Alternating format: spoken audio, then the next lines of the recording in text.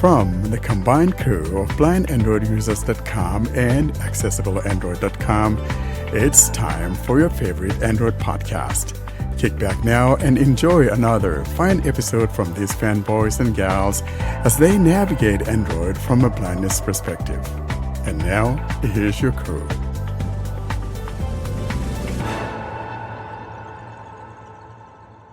Hello and welcome to episode 228 of the Blind Android Users Podcast.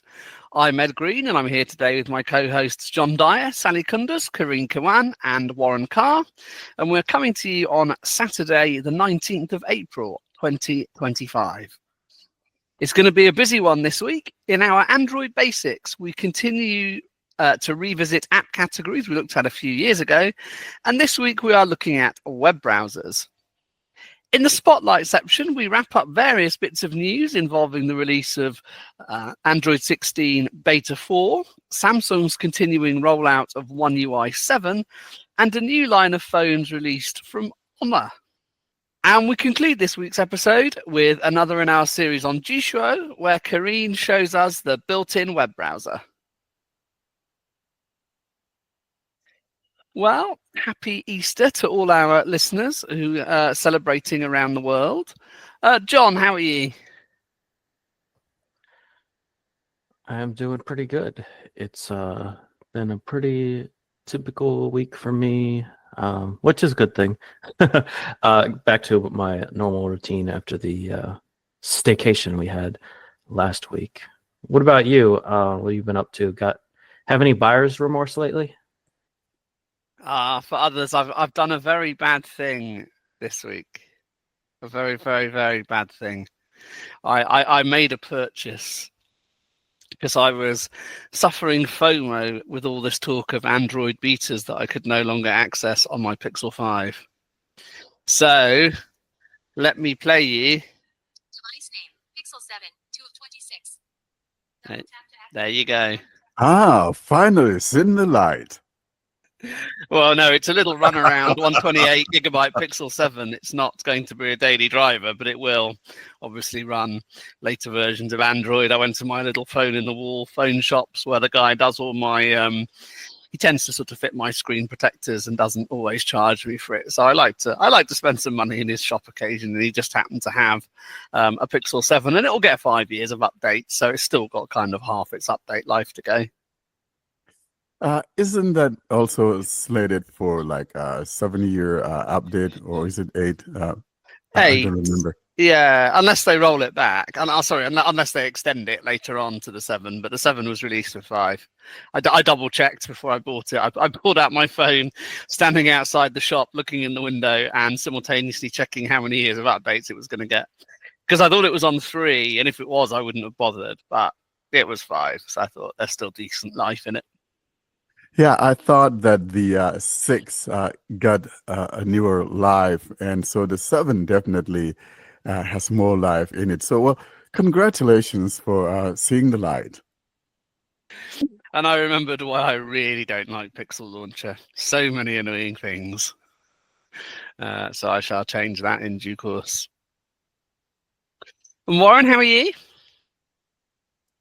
I'm doing good. It's been a great week doing things outside, especially now with spring here and fixing sprinklers again and all that good stuff.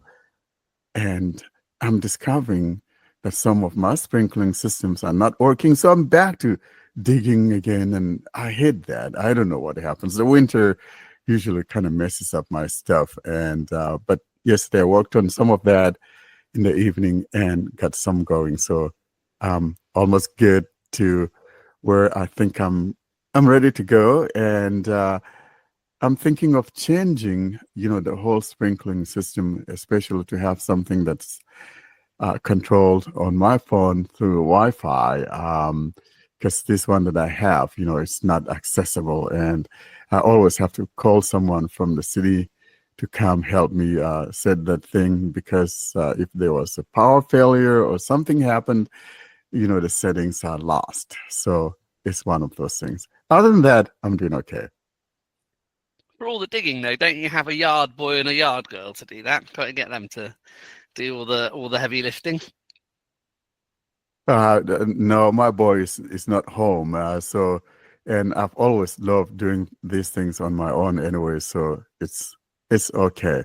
No, my little girl was helping me with mowing the grass, and so we both take. I got a couple mowers, so we both go out there and we mow together, and it takes less time.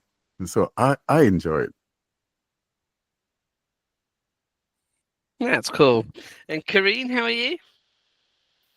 I'm doing well. Everything's okay here. Actually, I'm happy that finally Google decided that my phone can receive the new Google Voices, so-called high-quality voices. Actually, they're not that high quality, but it's okay. So finally, my TalkBack is able to use them, which is good. I think I'm the last one in the whole world who wasn't able to use the voices, and now I think the rollout is complete because I was able to use them. Yes, they are good actually, but yeah, not they don't deserve all of the hype, but yeah, they are working. Excellent. What does it take to make a woman satisfied? You know, In Come Google's on. defense, they never said they were high quality. That we're the ones saying that. Google has never said anything at all about these voices or when you're getting them and when you're getting them taken away or anything. You know, we just had to find out on our own. So, you know, in their defense, they never said they were higher quality. They never said they were better. They just forced them on us and don't allow us to choose to use them or stick with the old ones. John, you're correct that you know, Google has never referred to these voices as high quality voices. So, but we dubbed them as the high quality voices. But you know, so I'm just trying to mess Karene up. You know, she was looking forward to these things. Now she's not satisfied. So I'm kind of wondering what it takes to satisfy a woman. You know, you never can tell. Well, honestly, I knew that I wouldn't use them because they don't work with AutoTTS. But that was only the feeling of being excluded. A woman can't at all accept that exclusion feeling. So yeah, this is the point actually. Yours doesn't work with multilingual TTS? I think mine does. No, it No? These doesn't. voices don't work with anything but TalkBack, right? Exactly. Ah. Either Google or, well, actually, it works with both Google and Samsung, which is good. Yeah. Oh, Yeah. okay. So the multilingual TTS is using the Old voices. So old I guess voices. technically, if you hate these new voices, you could use the same workaround we used to use with multilingual TTS and auto TTS to get the different sounding voices. Now you could use that same workaround to get the old voices if you absolutely hate the new voices. Well, let me clarify. They aren't bad, actually, but I said that they aren't really, like, they aren't so much better. They are better in a way or another, but, I mean, we are waiting for something to be high quality. You girls, really. you never say okay. But your point remains the same. You don't even have the option because you're not a TalkBack user, so it doesn't, like, you don't even have the option to use them. Yep, exactly. And like you say, that used to be the reverse, didn't it? Because TalkBack was the only thing they didn't work with.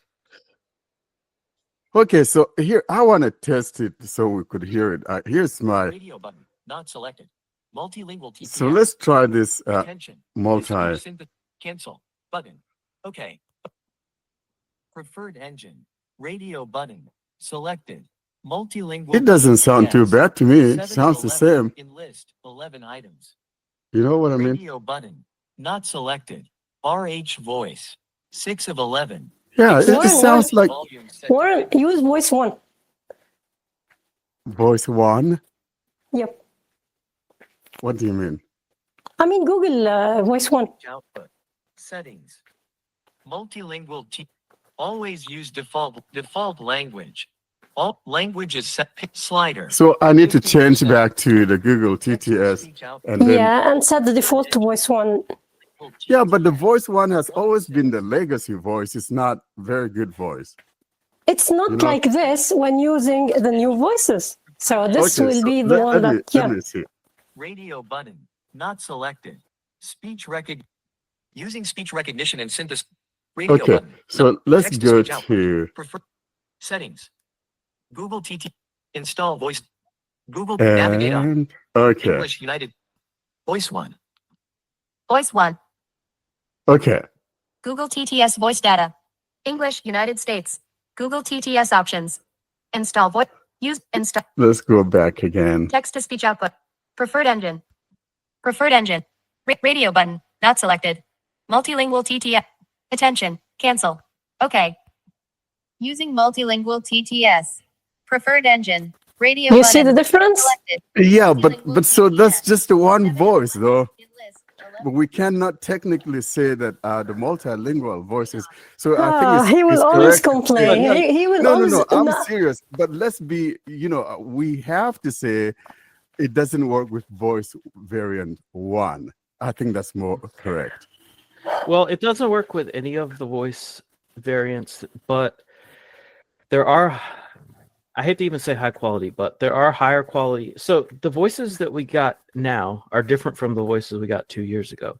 So voice 2 through 8 have the voices we got 2 years ago, and voice 1 never got a new voice 2 years ago. So if you're using something other than TalkBack, even including auto TTS or multilingual TTS, it will use those older voices. Like, they sound very similar, but they are definitely different. Even 2 through 8 are different. Like, the newer voices are more clear sounding, and the old ones sound more like mumbly, in my opinion.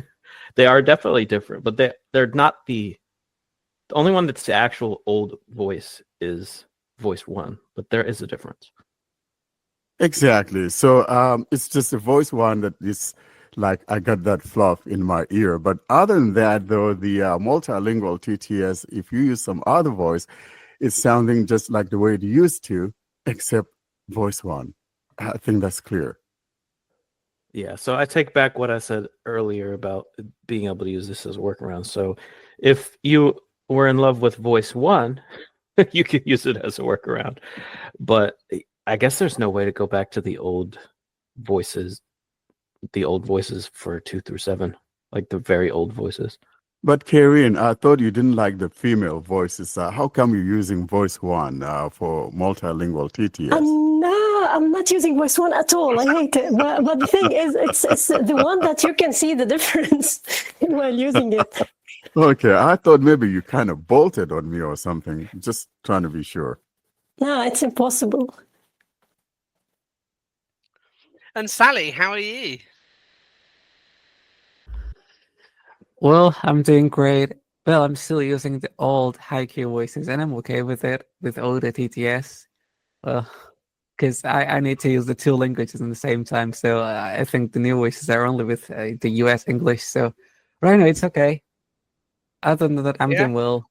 I think I'm getting cold because the weather is changing so fast, and my body cannot react to that. No, you sound like you're on the verge of a cold. I hope it doesn't develop into anything too serious.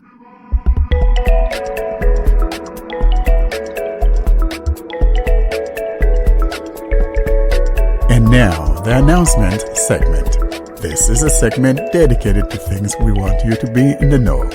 And now for this week's episode, here's your announcements.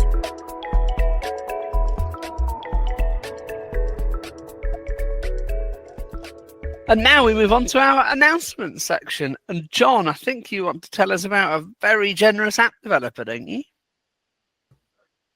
Yeah, I do. So a few weeks back, the most recent app that I demonstrated was a magnification app. It's just called Magnifier, like many on the Play Store.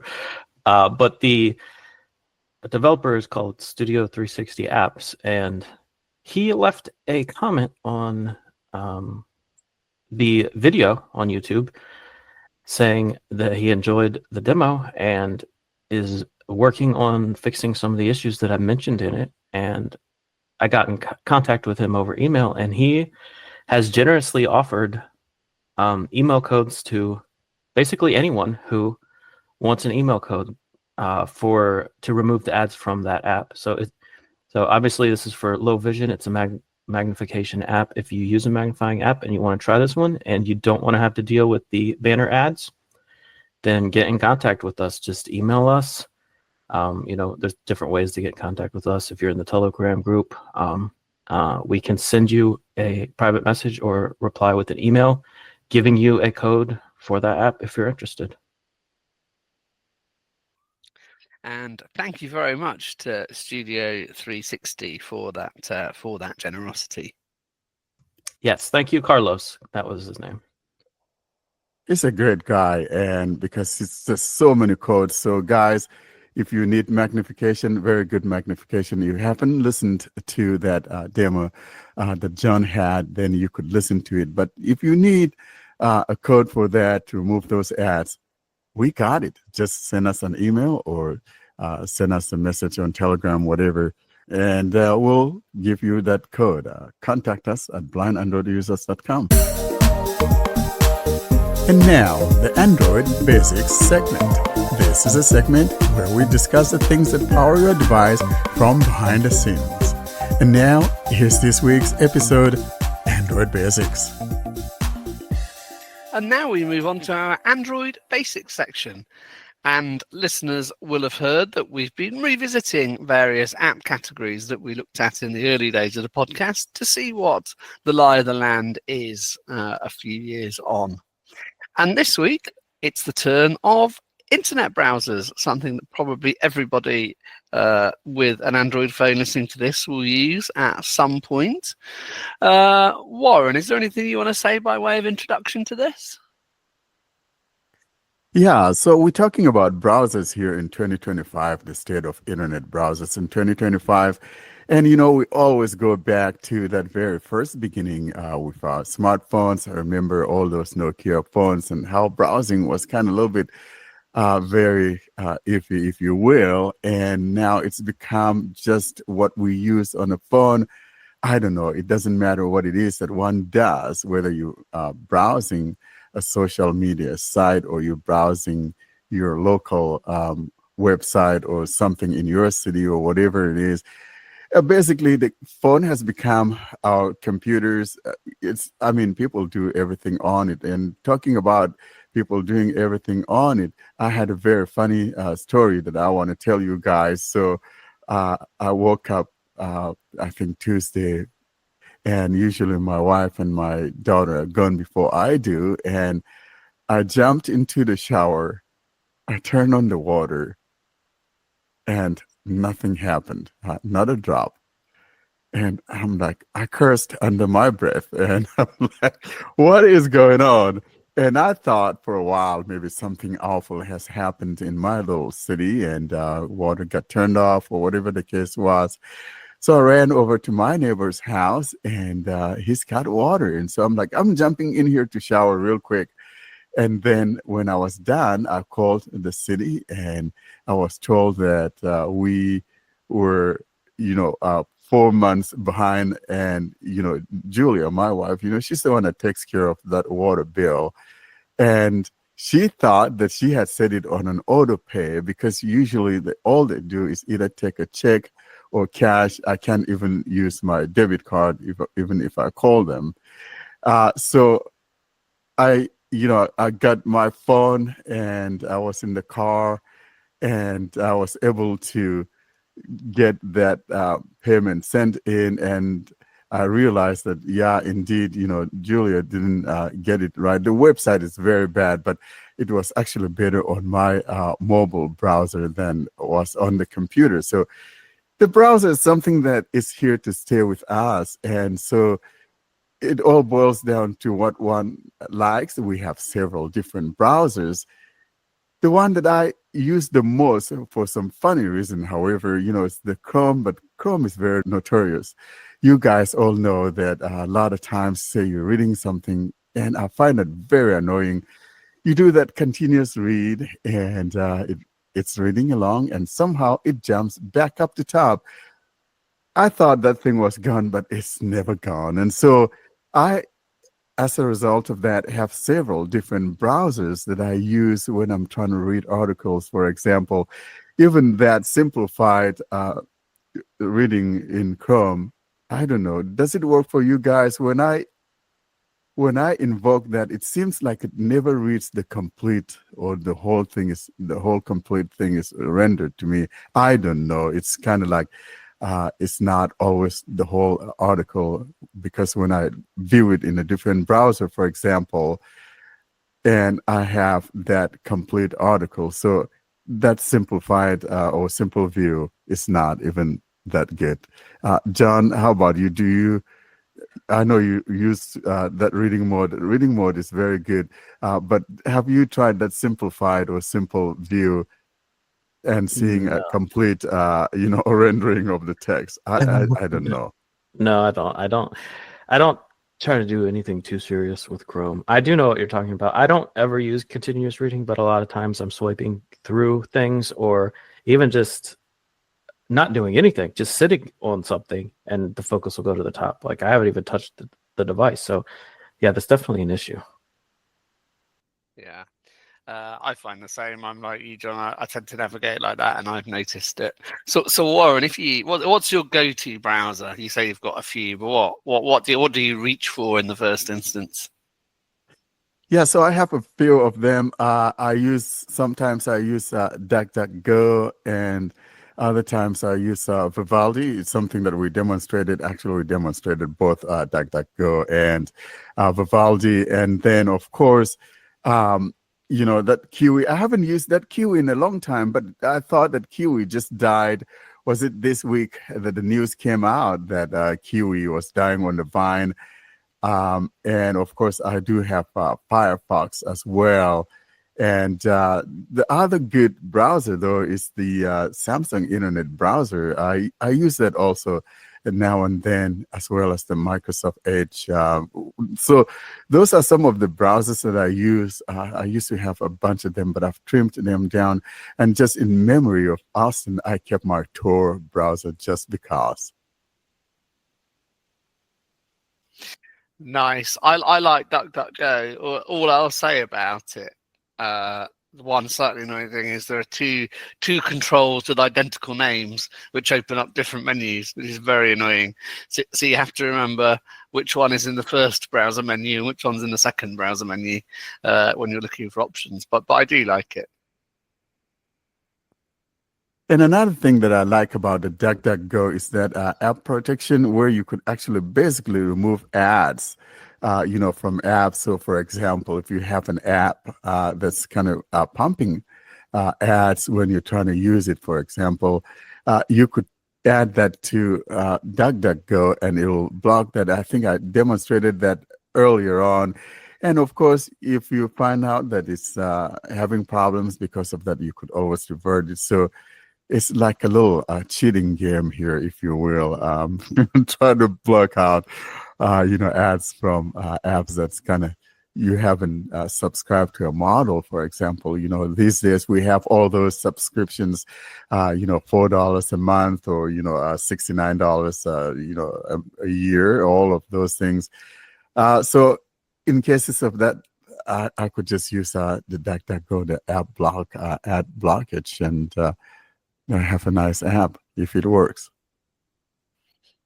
Yeah, very useful feature. John, what's your go-to browser? So unlike Warren, I'll actually give you an answer rather than listing all the browsers I know of. So it's Samsung Internet, believe it or not. And just to be clear, before anyone tunes out, you don't have to have a Samsung phone to use it. It is in the Play Store. You can download it. There's a couple of features that you only get on Samsung devices. For example, like the AI stuff, like if you want a web page summary, or if you want it to read it aloud to you, that sort of thing.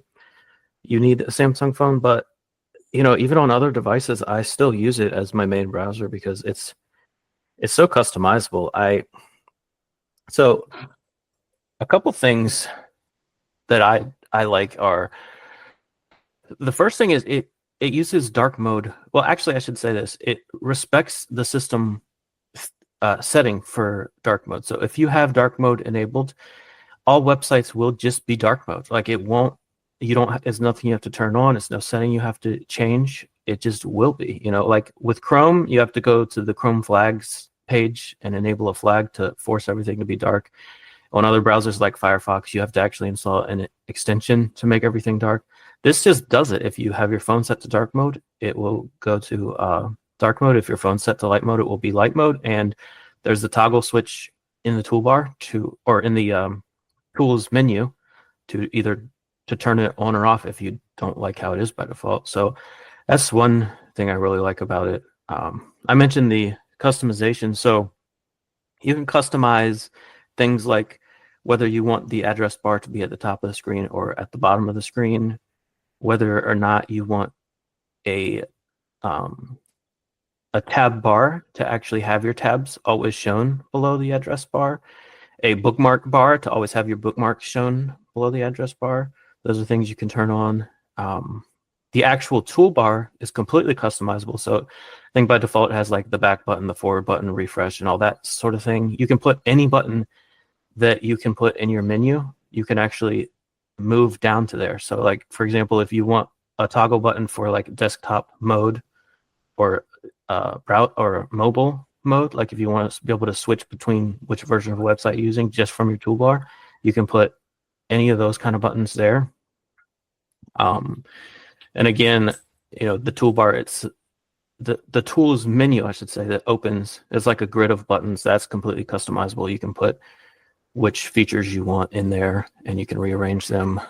Another feature that it has that I think would be useful for us is background play. So if you turn this on in settings and you're on YouTube or something, you can leave the browser and still listen to a YouTube video. You could turn off your screen and still listen to the YouTube video and just have it play in the background, which is obviously something you can't do in the YouTube app unless you have YouTube Premium. So, I mean, it's just little things like that that just add up to a great experience. I can say it's complete. Well, I never want to say completely, but I haven't found any accessibility issues with it. It works great. And a lot of times the actual websites just have less issues than, you know, Chrome. Like if I'm doing something in Chrome and I'm struggling with it, a lot of times, obviously not always, but a lot of times I'll open Samsung Internet and I won't have the same problem. Sometimes I will, but sometimes I won't. It also has the ability to, just like Chrome does, the ability to install apps to the home screen, so that like if you have favorite websites that you want to just pin to your home screen, it will pin them there, and when you open it, it will actually open it in its own instance. It won't just open a tab in Samsung Internet, so you can sort of keep it sandboxed, you know, have its own experience that's treated as its own app on the recent screen instead of having to deal with just opening another tab. So yeah, it's a great browser with a lot of good features and a lot of customization. I love it. Nice. And do you know if you can have it auto close all the tabs on exit, so you don't wind up in a situation where you've got like 976 tabs like Chrome? You know, I don't know off the top of my head, but yeah, that is something that used to bother me in Chrome, and now I'm just that guy with 100 tabs open and I just never close them. I thought it used to let you do that, but it doesn't seem to anymore. It won't auto close on exit. Obviously, you can go and like select them all and close them, which is just a bit boring. You can do it. It's just a couple steps you have to go through. But I remember it was a long time ago, like years and years ago. I used to have it set to do that. You know, if I like close Chrome from like the recents page, it closes all the tabs. So it did used to do it, but that was a very long time ago. I don't think it does anymore. It's very annoying. Karene, what browser do you use? So actually, currently I'm using Firefox. I think it didn't leave my device for long. Actually, it was on my device since a long time ago. I was using Firefox. I think you remember the days when Firefox was the first browser which enabled the ability to navigate by headings or links. Do you remember this swiping with 3 fingers thing? It was actually before TalkBack implemented the navigation types or the reading controls, web reading controls. So it was something that I liked about Firefox, and I kept like praising Firefox for caring about accessibility. Actually, unfortunately, this wasn't the case through several years. I think there were times when Firefox was completely inaccessible. So, but then it became better, sort of better. So after Kiwi is no more, and okay, I use Chrome, but I don't want to deal with the ads all the time, and I don't want to have the issue that already you guys talked about, the focus jumps. So for this reason, I decided to, though it was already on my device, but I decided to give it another try.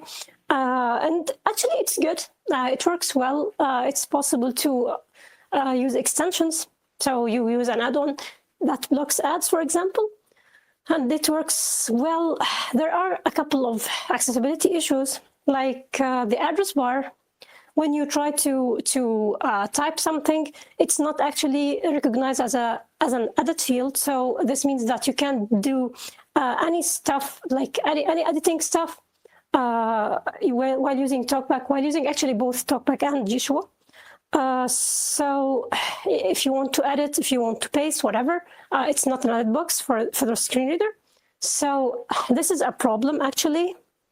Other than that, the new web controls, navigation controls, like the buttons, visited links, and actually those new things that were added in TalkBack 15.1, I think, they don't work with Firefox. So you can only navigate through headings, links.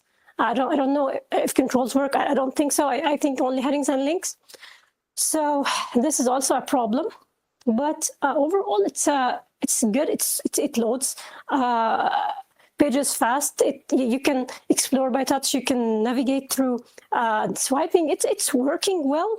I hope that they'll fix the issue of or the issues actually that I mentioned already. But it's a good one. You can actually use the reader view. Actually, this one, Firefox was one of the first browser that included the reader view even before Chrome has such a feature. It's really a very good one. It's really it's really a reader view that you can rely on. So I like this feature as well in Firefox. Well, I think it's worth a try. It deserves really to be on your device, even if you will just use it from time to time. But currently for me, it's the default browser.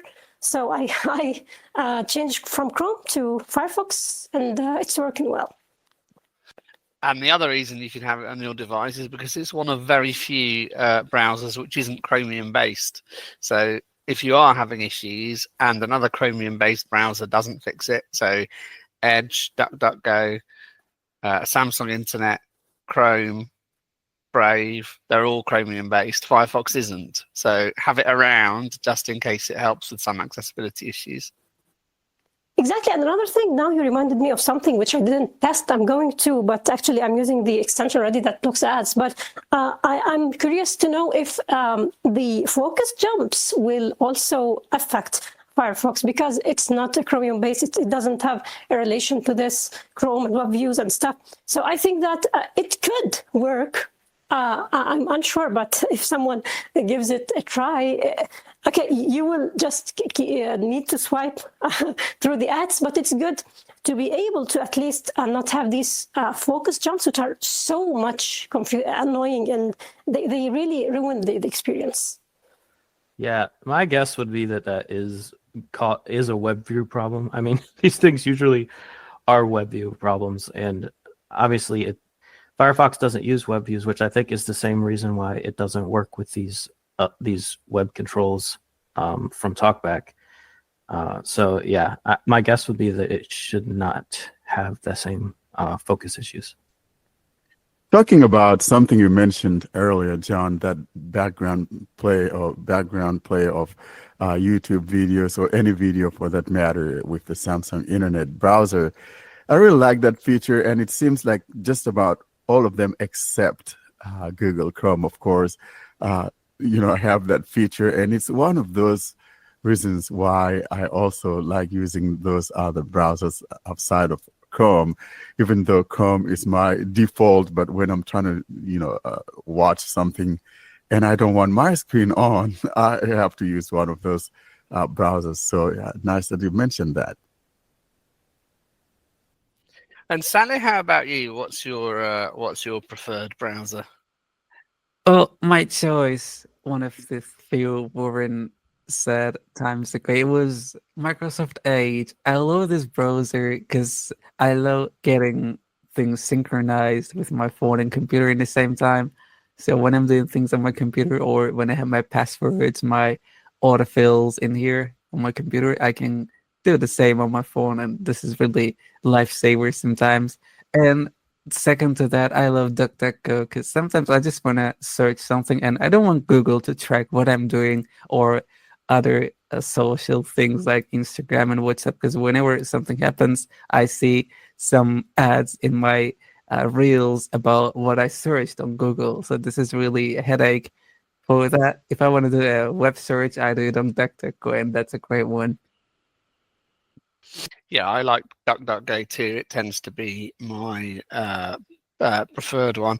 A bit like with Edge, I would like to use Brave, but the Android app is just a little bit annoying because Brave is the one I used on my computer. Yeah, here's that thing with Brave, and it's there for years and years. If you press more options, the menu is like, you know what I mean? Exactly. Yeah, it either won't come up, or if you tap and hold, it does, and you do get it to come up. It won't stay on the screen. There's the thing, if you somehow go to settings and move it to the top rather than the bottom side, things work well. So just try to do it if you want to use Brave. Yeah, and you can do that via the address bar anyway, can't you? You can get the settings from there. So yeah, so only just you can just like for that purpose you can just launch Jieshuo and you will find like simulating that one finger long press, and then the menu will the menu will be visible, and then you can go to settings and move that toolbar to the top of the screen and think you're good. Yeah, because even when you do get it to pop up with TalkBack, it's just there for the it's not there. Yeah, well, it is very briefly, and then it shuts immediately. Yeah, exactly. Like sometimes I press my finger on the screen just to just to see there what is the settings and turn off TalkBack and then press more options and like just try to find it. Yeah. I'll try and move it. Now, if you use the pass-through, though, it will work. But even whether you're using TalkBack or not, even if you have TalkBack off, say you're a sighted user, when you tap on that, you actually have to drag it toward the left for it to stay. But like I said, if you use that pass-through, it works. So use your TalkBack pass-through, and it will work. Will it stay though? Because I've got it to open, and it immediately closes. Yeah, it's this if you use that pass-through. Yeah, I'll do that and give that a whirl too. But yeah, I like DuckDuckGo. I quite like Brave. Apart from that issue, I mean, interesting you use Edge. I know, wandering off the point a little bit, because on Windows, Edge is really chatty, isn't it? Like it keeps telling me things are loading, and when they finish loading, it's like I don't want to know. Really, I want you to stop doing that. Yeah, no, I think when I use Edge, I use it on my mobile, not on my computer. On my computer, though, I think I only have two, Firefox and Chrome. That's it. I still have Edge on my computer. I know it's kind of talking too much, just like any other some kind of people, but it's okay. I use Samsung Internet on my computer. Yeah. Is there a Windows app? No, I'm just kidding, but I think there is. There might be. Like I think they might actually have one in the Windows Store. Now I don't know if you have to have a Samsung computer to use it or not, but I remember seeing something about it being on for Windows, so it's possible. Yeah, maybe they have it now, but I know they didn't, and that's kind of odd, given the fact that they actually have laptops. So it would make sense for them to bring it to Windows.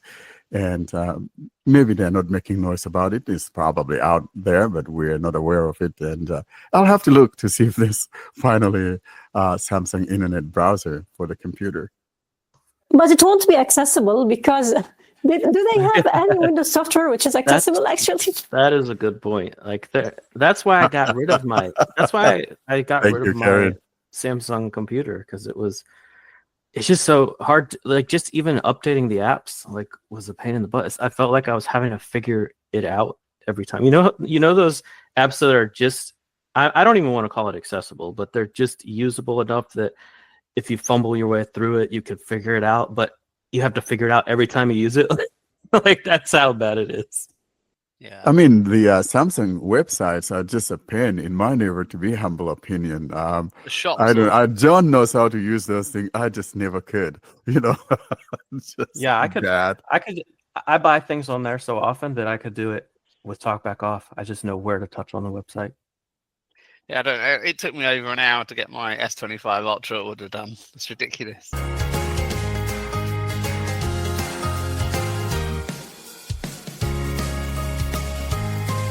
Welcome to the Spotlight segment.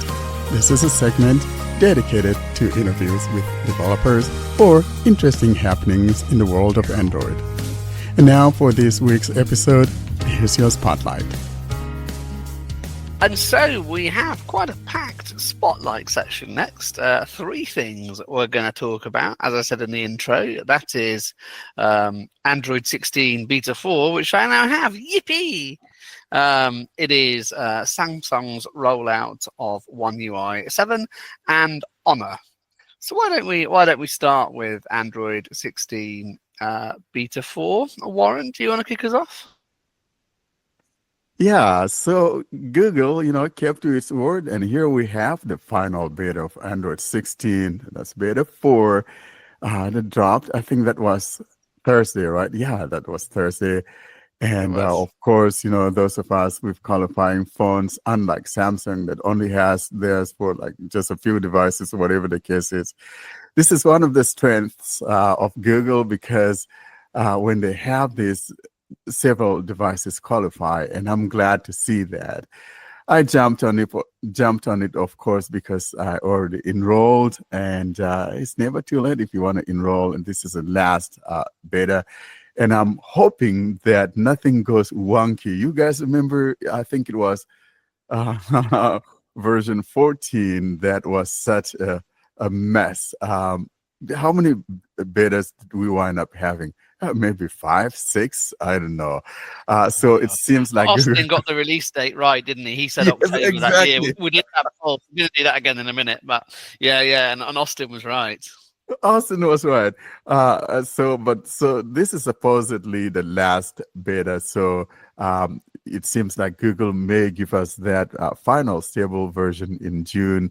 I think it was slated for the 3rd. But if I were Google and things go right, we'll just roll it out on Google I/O Day and call it good. But so yeah, the changes are not much. Most of them are like visuals and all of that, and then some things got regressed or whatever that are not there. For example, I've heard some people talk about it. However, I saw that those things are in place on mine. That's the fingerprint reader, where you could choose to unlock the device without first turning on, hitting the power. And I've read that, it got taken away, but maybe those of us that have turned it on earlier on, is still there, where I could go in there and I had it to where I could turn it off or on. And so I don't know what's going on, but anyway, that's one of those things. But if there's one thing that I think that is kind of important to us as blind users, it has to be the fact that there was a bug. I call it the folder bug, for example. So if you open an app, you launch your phone and you open an app, and then you close that app and go into a folder, Google is not going to say the first item in there. And even if you touch an item and you tap on it, sometimes it'll launch a different app.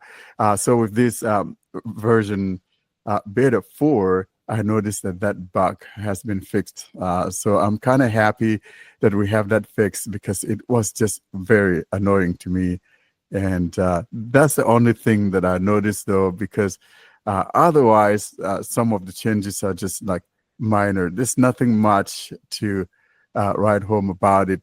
On my Pixel 9 Pro XL, it came up to like 1.1 gig. My Pixel 7 was 900 and something, and then my Pixel 8 was 900 and 900.3 or something like that. So it just depends on the phone, depending on what they have, and so that's what I have seen in mine.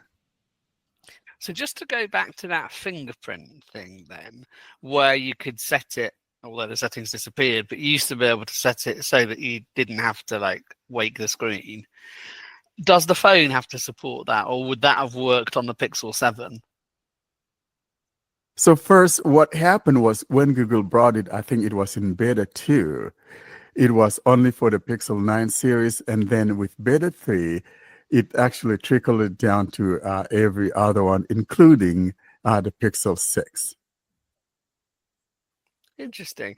And I've noticed a couple of things. I had because I bought my phone on Thursday, which is why I was so sure what the date was, and I had put beta 3 on it, and it was on my phone for all of 15 minutes until beta 4 came out. But I did notice one thing that got fixed.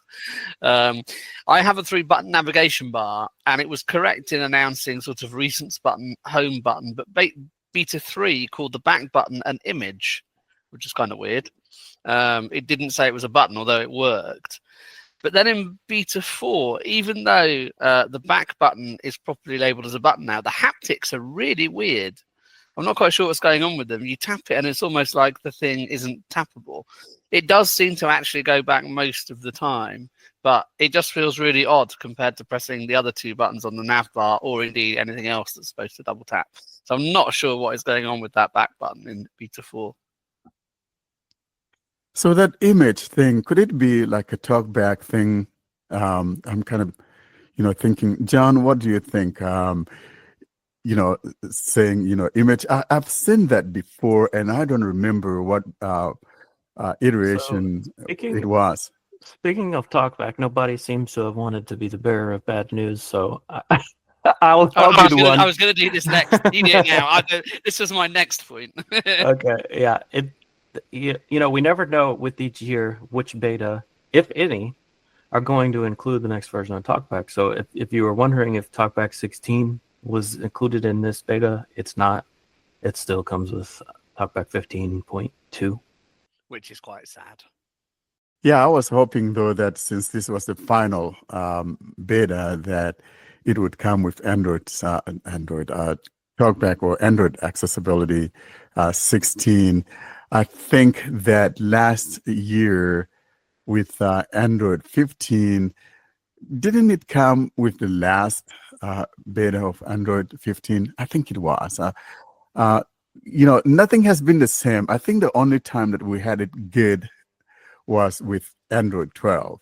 When the first developer came through, it came with TalkBack 12. But ever since then, Google changed its mind. I remember when it did come. It might have been beta 4, honestly, that Android 15 got TalkBack 15, but it didn't have the image description. So it came with a version of TalkBack 15, but it didn't have Gemini descriptions like the final release of TalkBack 15 had. And I suppose the other thing to remember is that Google has brought forward the timeline this year for Android 16, hasn't it? So whether that has got something to do with it, and there's only so many development timelines they're prepared to accelerate, who knows? But hopefully, there will be a new version with the actual Android 16, won't there?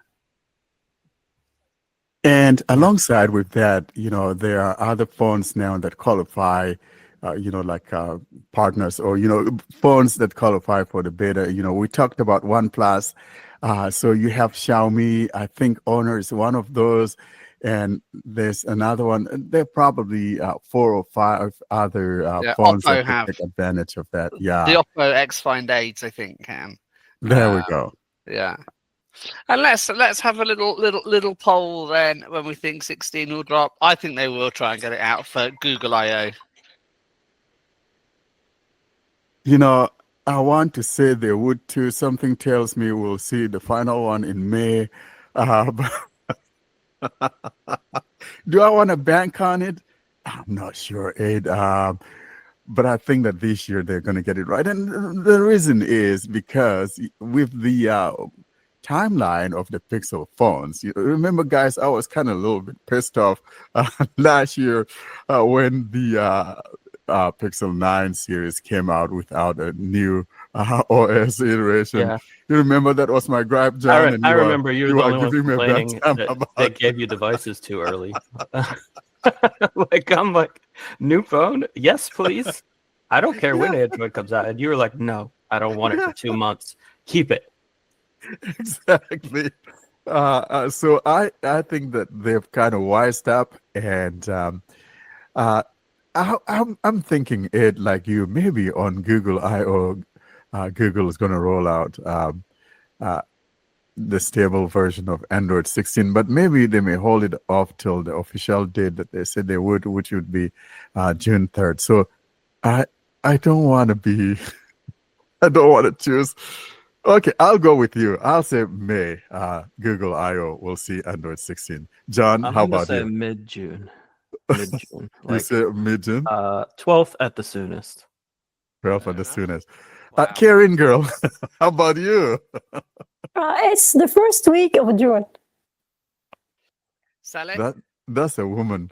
You know, she says the first week of June, doesn't want to say the third.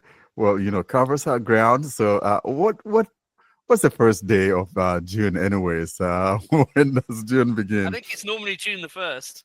Typically, the first day of June is June the 1st, Warren, unless something odd has Well, happened to the Doesn't calendar it this year. depend if it's leap year or not? I think that's I mean, why what Warren's day of the confused. week is it?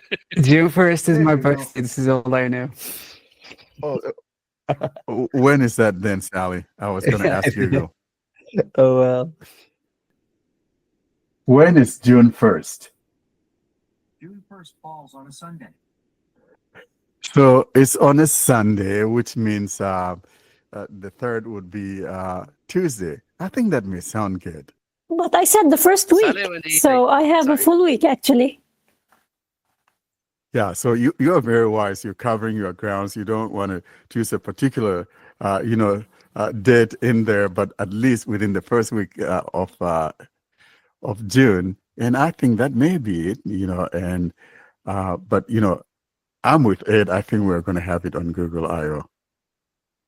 Sally? What about you, Sally? When do you think? Well, I agree there. So let's see. I won't be that this time. They won't be really messing things up. So let's see. Let's see what. Let's- What are you choosing? You didn't come down. You trying to kind of hide yourself, boy. I'll go with June. Maybe the first week, your birthday is going to be, first week. so you're getting it for your birthday. I think Yeah, that's what exactly. it That is, would be right? nice. Yeah, congratulations to you and Google having a good thing on your birthday. Let's move on then to Samsung's continuing rollout of One UI 7.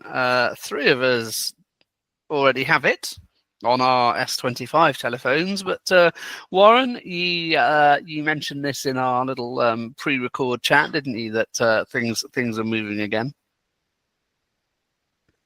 Yeah, so for some unknown reason, Samsung though kind of paused the rollout, and I think there were some problems with the S24 series with the One UI 7, and so they had to pause it and then resumed it again, and now it seems to be that they're on track again, and it seems like my S23 Plus, if things go right, it will be getting that stable version next week. So that will be the week of the 20th, right? Yeah, today's the 19th. So the week of the 20th, I should be getting mine. So we'll see if I get it this coming week, and I'll be talking to you guys about it on the Telegram group. But yeah, Samsung, I think this One UI 7 has been, this is the worst. I mean, it's almost a year, guys.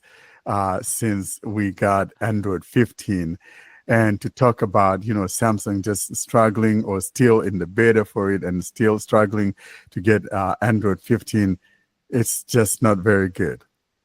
Yeah, and to have to pause the rollout for another. So Samsung's official statement on this, actually, why they had to retract the update was tariffs. Was what? No, I'm kidding. That's just everybody's excuse for anything these days.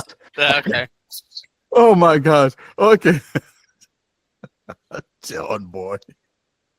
Oh, I love it. Yeah, but really, so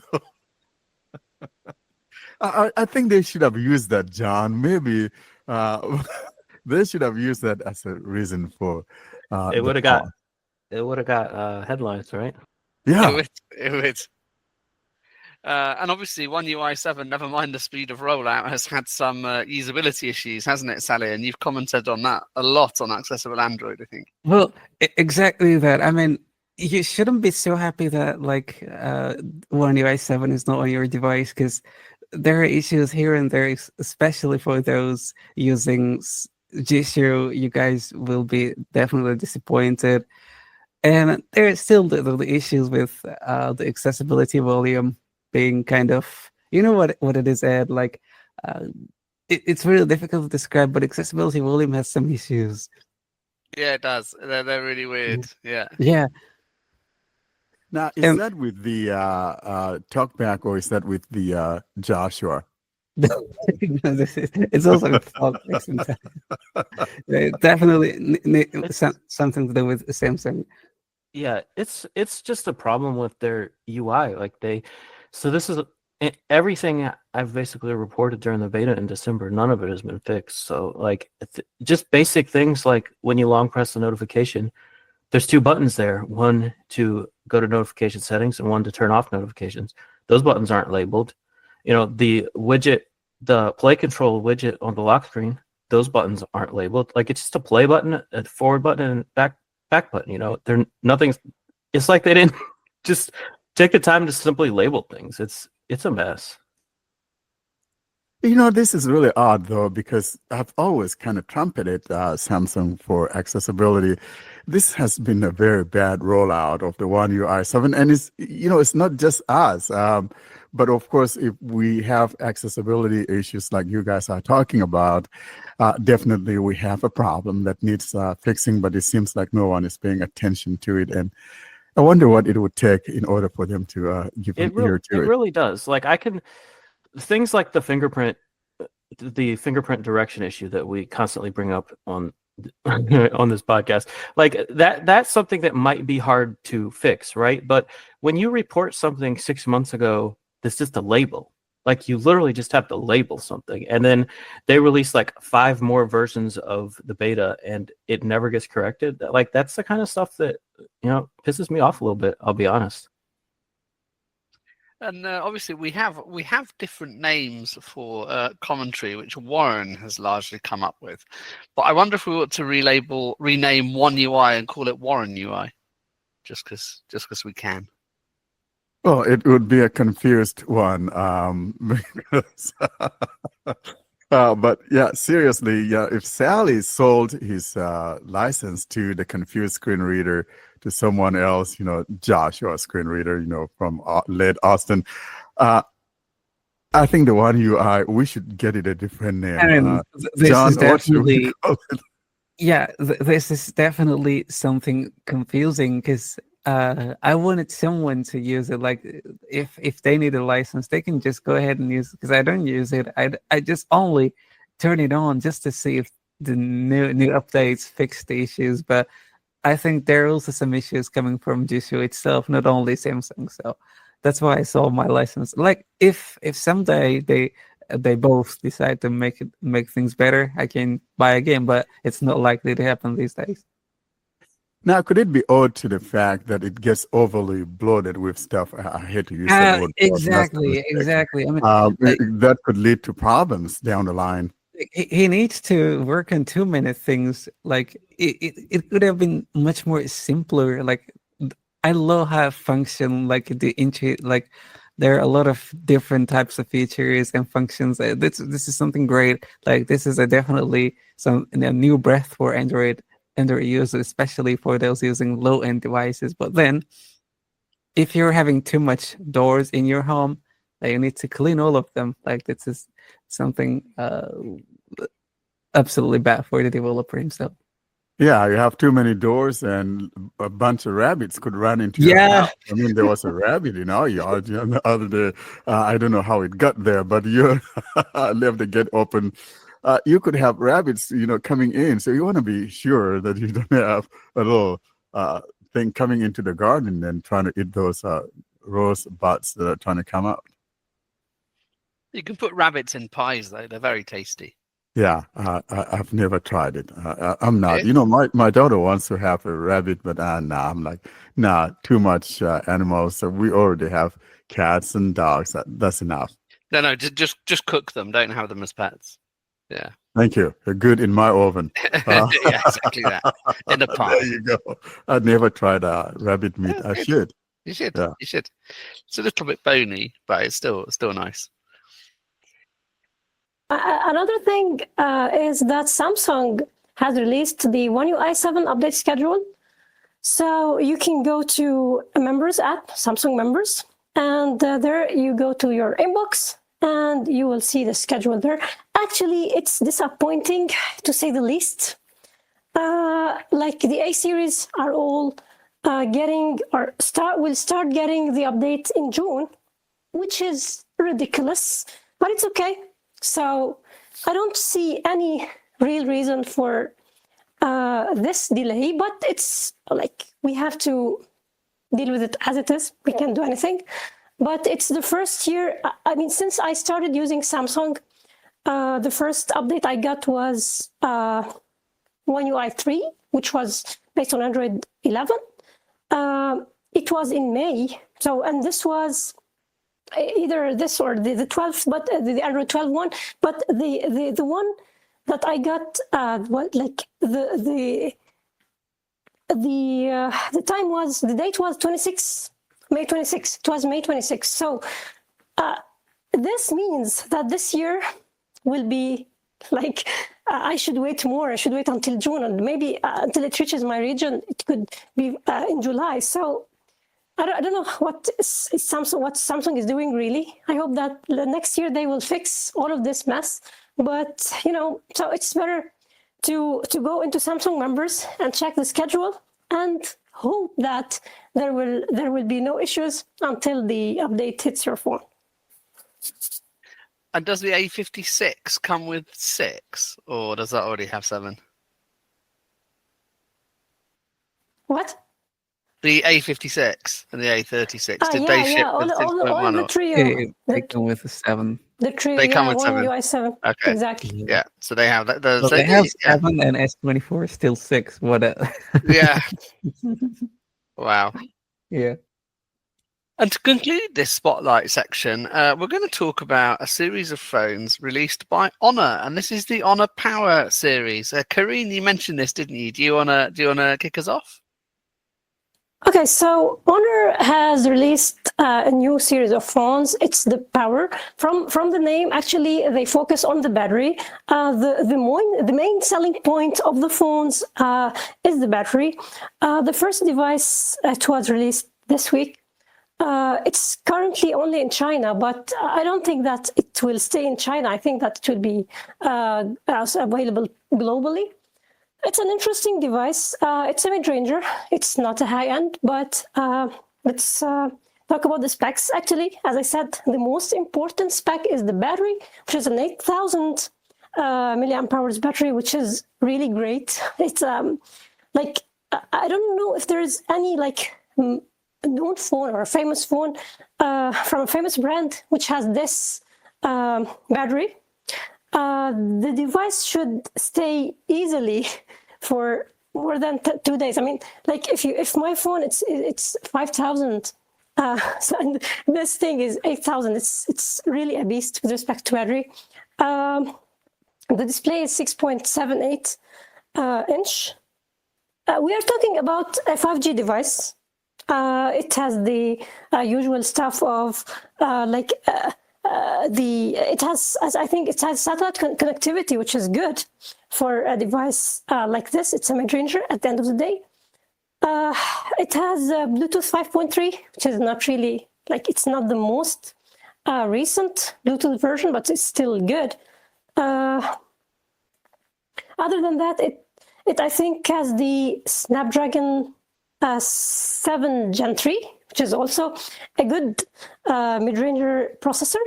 It should really be powerful enough to get you through the basic tasks. Not only basic tasks, actually, also you could have some more advanced tasks. I mean, it's good for everyday use, which is really great. So they are not only focusing on the battery, they are also giving you a capable processor. It's a mid-ranger, but it's a capable one. I think it's 12 gigs of RAM. I'm unsure about it. Before I go into the details, I want to say something regarding the thickness of the weight of the phone. We're talking about 209 grams. Despite the big battery, we're talking about 209 grams, which is really great. It's actually lighter than my phone. And it's also 8 millimeters thick, which is also great. So when they tell you that the battery makes the phone thicker, they are lying. So with the new technologies, this is making, you don't need to sacrifice the thickness, having a thin phone, you can just have both, which is great. The screen is AMOLED 6.78 inch. So they didn't mention the type of glass. It's not according, which is okay. It's something that they say it's scratch-resistant glass. So it's something from Honor. We can't say how can it be compared to the known. Is it compared to Victus Plus? Is it less than that? Is it? No one knows actually. It's running Android 15, which is good. I don't know regarding the update or the support years. I don't think that they mentioned this. Karene, is there Yeah. like a price for it, or at least in China, for example, how much? So we're talking of a mid-range. So we're talking probably something in the range of $400 to $500. No, it's range, less than that somewhere actually in in China. I think I read it's something like 300 something, which is really good. Let me Yeah, just I talk think that about. for me, the that battery, if 8,000 milliamps, I mean, with my Pixel 9 Pro XL, I only charge it like every other day or sometimes a little bit longer. I think if I have that phone, it probably lasts me a week. I'm not kidding. It will actually. You My and Jerry God. in the blind Android users Yeah. group. I think Jerry will have it for a month actually, because he gives Yeah. great stats on his battery. It's impossible. Jerry will have to for a month. You don't use your battery if you don't use your phone, do you? It's curious fact of life. Well, one thing that surprises me a little bit, it doesn't necessarily surprise me that they've combined such a big battery with satellite, because I guess they're thinking that you might be in a situation where you're not going to be able to charge it readily and maybe signals won't be great. I'm a little bit surprised the phone isn't more rugged than it is, but I guess I have to keep costs down for that, because it almost feels like a phone designed for harsh conditions, doesn't it?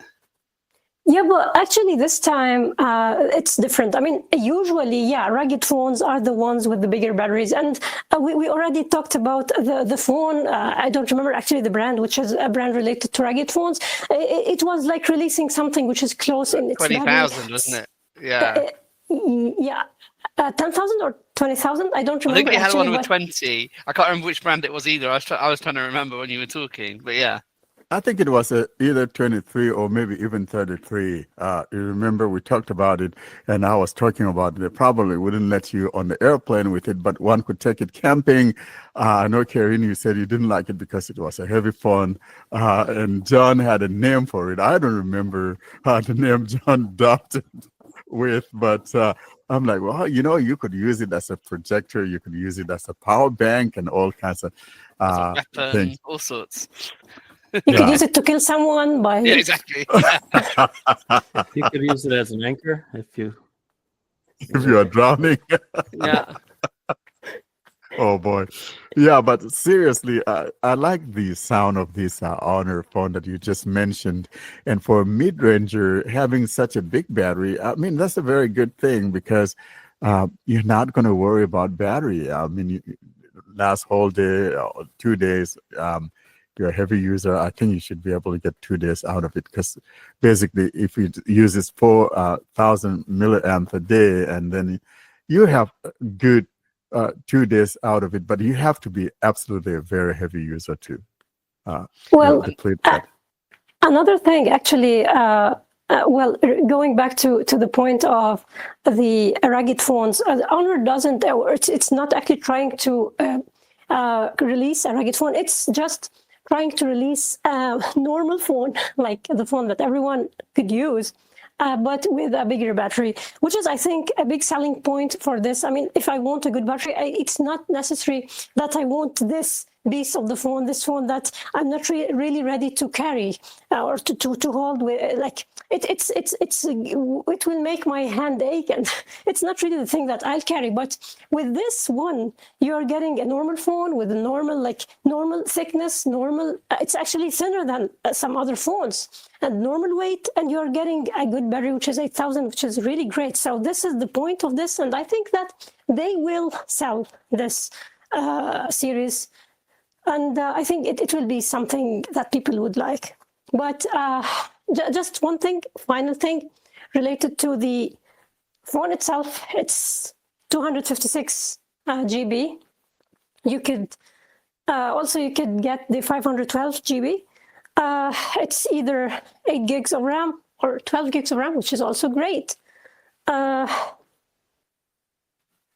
think all of the specs are. Does it have good. the SD card? No.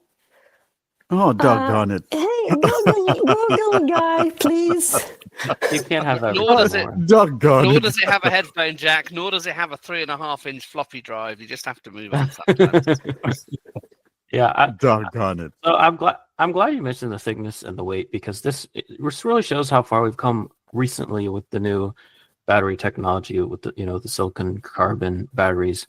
Because even OnePlus, I think this is only in China so far, but the OnePlus 13T is a smaller phone. It's the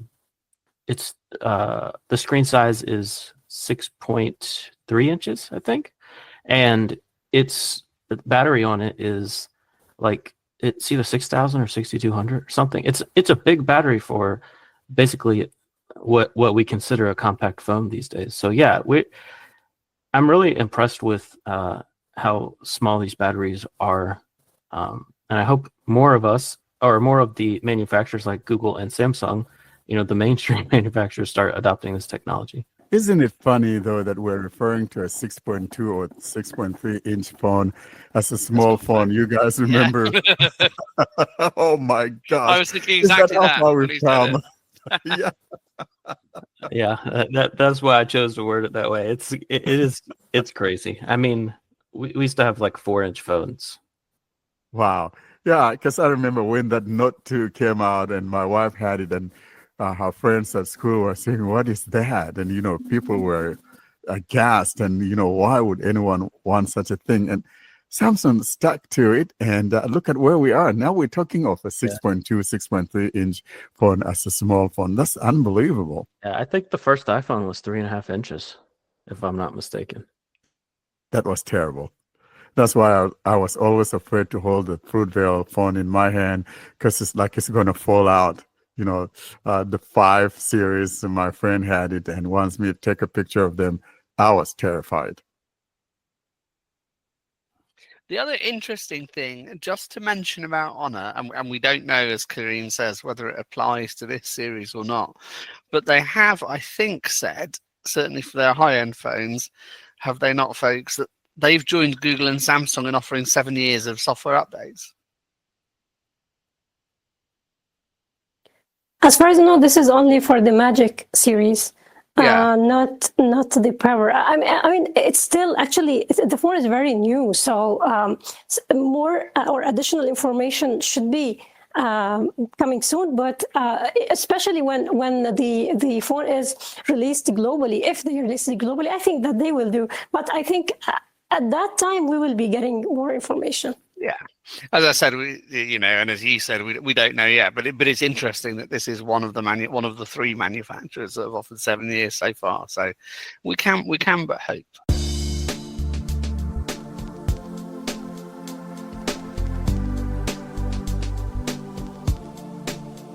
And now, Jieshuo, aka Commentary Screen Reader, CSR, or if you're me, the confused screen reader.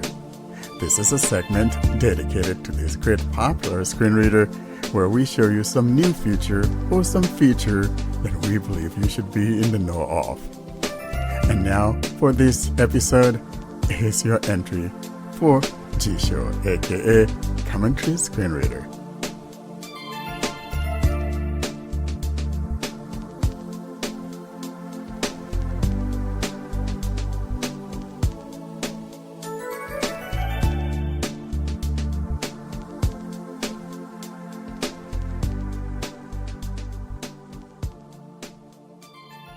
And we conclude this week's episode with a Jieshuo segment. And keeping to the theme of browsers, Karene shows us the inbuilt Jieshuo browser.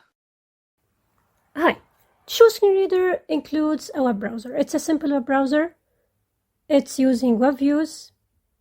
And it's possible to launch it through the screen reader settings using a function that launches its activity, or by setting it as a default web browser, although I don't recommend this. Main menu. From the main menu, I'll open the screen reader settings. Main menu. Screen reader settings. Jieshuo Plus. And then More. Download edition. More.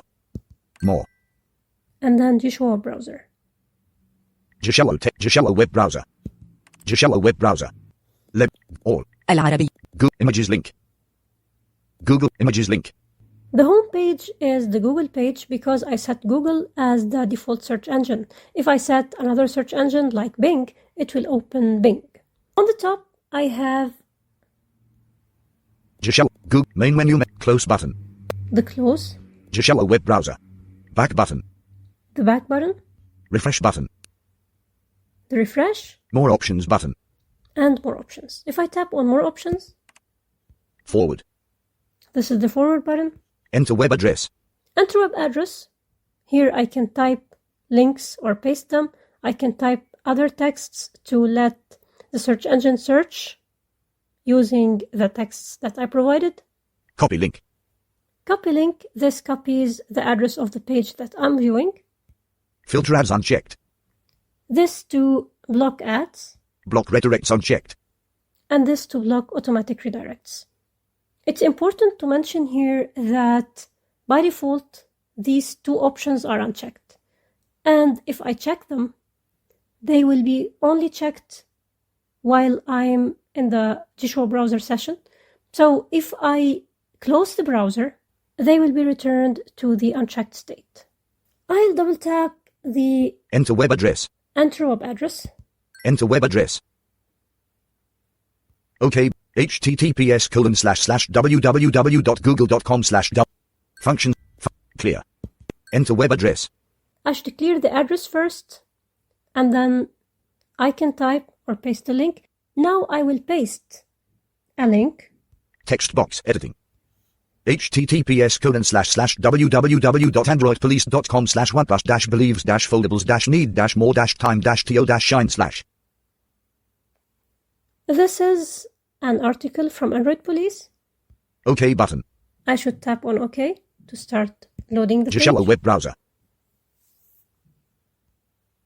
And a hand holding the OnePlus Open Apex Edition smartphone graphic. To navigate the page, I can use touch exploration. I can swipe. Also, I can use the web navigation reading controls or navigation types. Broken vertical. OnePlus and broken vertical bar. The company has now broken vertical. It believes there's still add. Close button.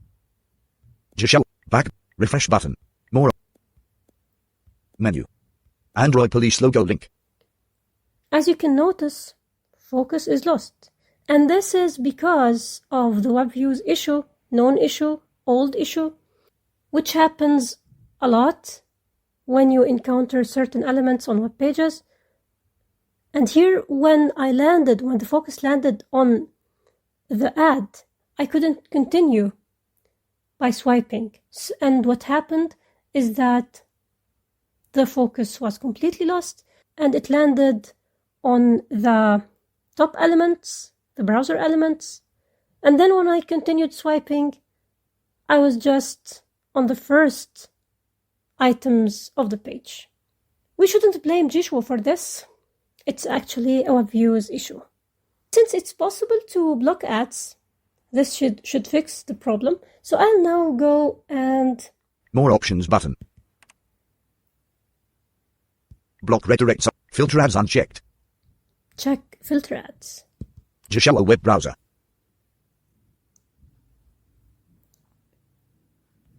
Close button.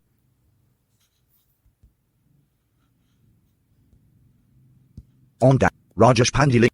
A hand holding the links. Headings. Summary heading 3. Broken vertical. 1 plus an broken the company has broken vertical. It believes there's, despite the 1 plus open, widely be 1 plus the clamshell related 5 8 link when 1 to if you look back, there's another major counterpoint research link. So I swiped and I didn't come across any ad. Let's try to use a navigation type like buttons. Links. Buttons. Like button. Links. Links. 1 plus link. It's worth noting here that it's not possible to long press a link to get more options. For example, to copy the link or share the link. All of this is not possible. Also, no action support. The browser itself is very simple. There are no settings, no customizations, only what I showed you and what I'll show you regarding the search engine. So nothing really to talk about. I can't comment on the compatibility with major websites because I rarely use the browser.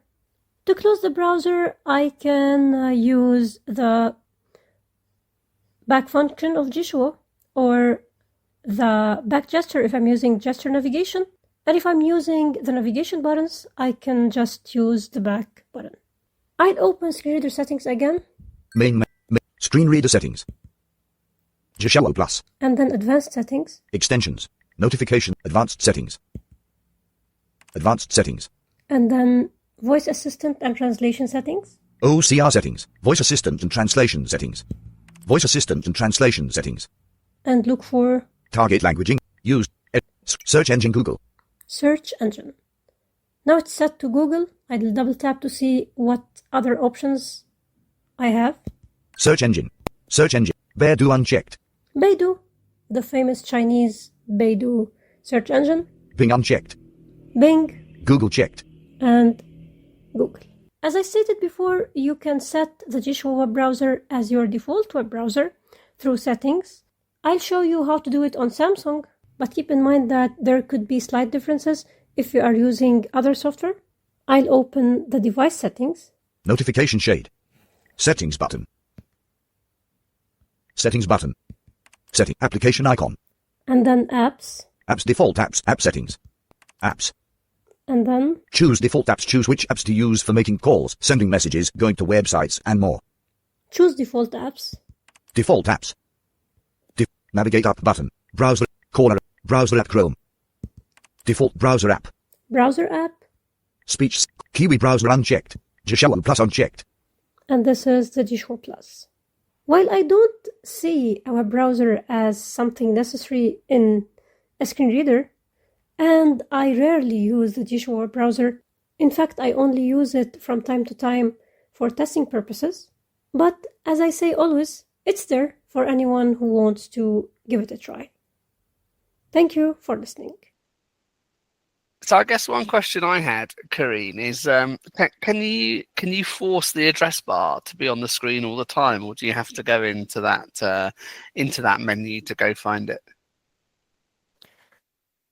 Simply, you can't do anything. You can't customize anything. So only what I showed you, nothing more.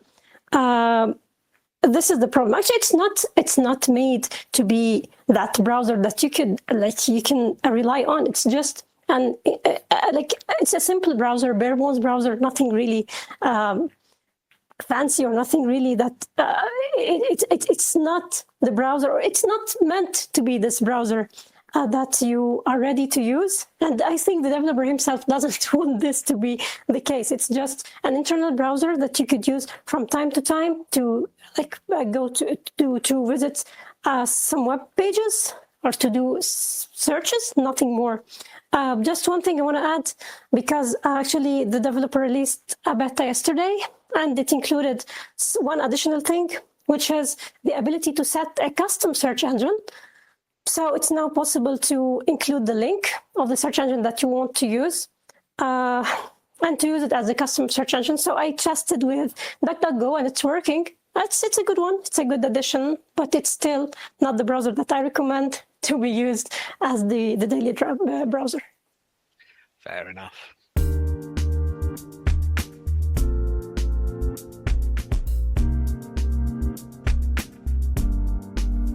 All good things must end. Thus, it's curtain drawing time, bringing us to the close of this week's episode. Coming up, though, we give you information on how to get hold of us.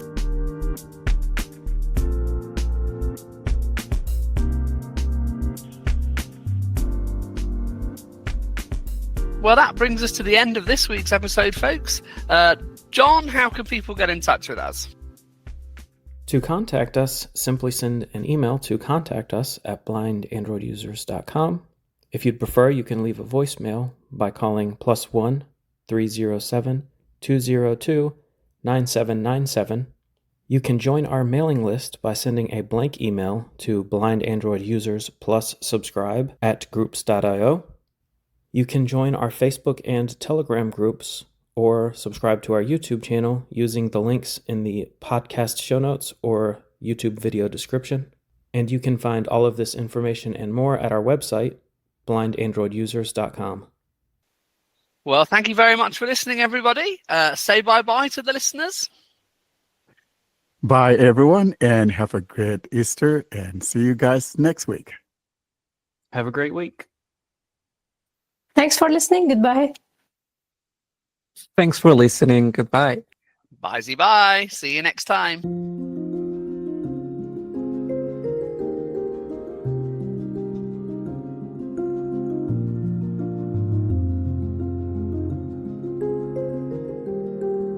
Thanks for listening to another episode of the Blind Android Users Podcast. Until we see you next week, don't forget to leave us your comments and suggestions via our email contact or using any of our social media sites. Have a great week.